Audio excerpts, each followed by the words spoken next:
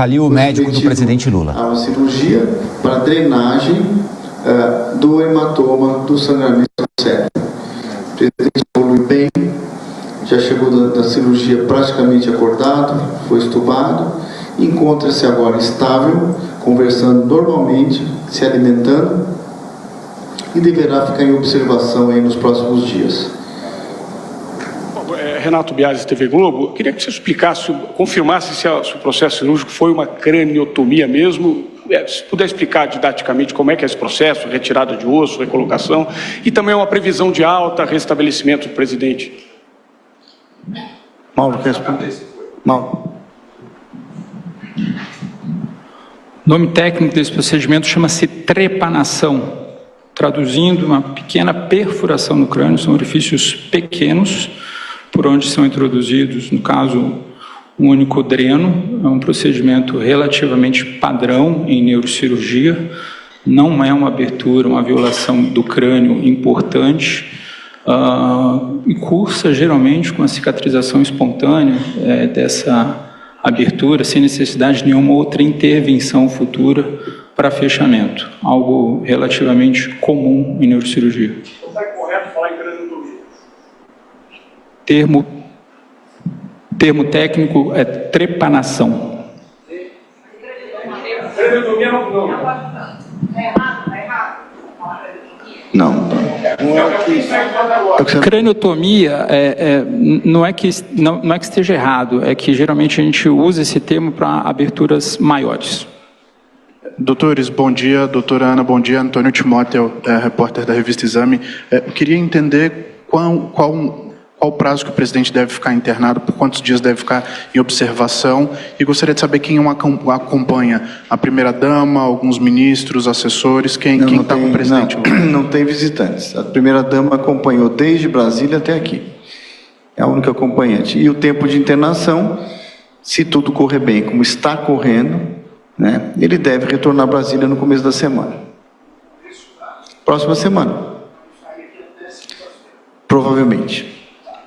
Tudo depende dessa evolução. Então, um dia mais, um dia menos, mas a previsão é que o presidente esteja em Brasília na semana que vem. Oi, bom dia, Carolina do Estadão. Eu só queria entender se ele teve mais algum sintoma, além da dor de cabeça, como é que estava isso nos últimos dias? Ele começou a sentir, ele começou a ficar meio mal-estar, um estado meio gripal, se achou até que fosse, né, um quadro menos importante, evidentemente. Ninguém esperava um quadro que ele estava um pouco congesto, um estado meio gripal, né?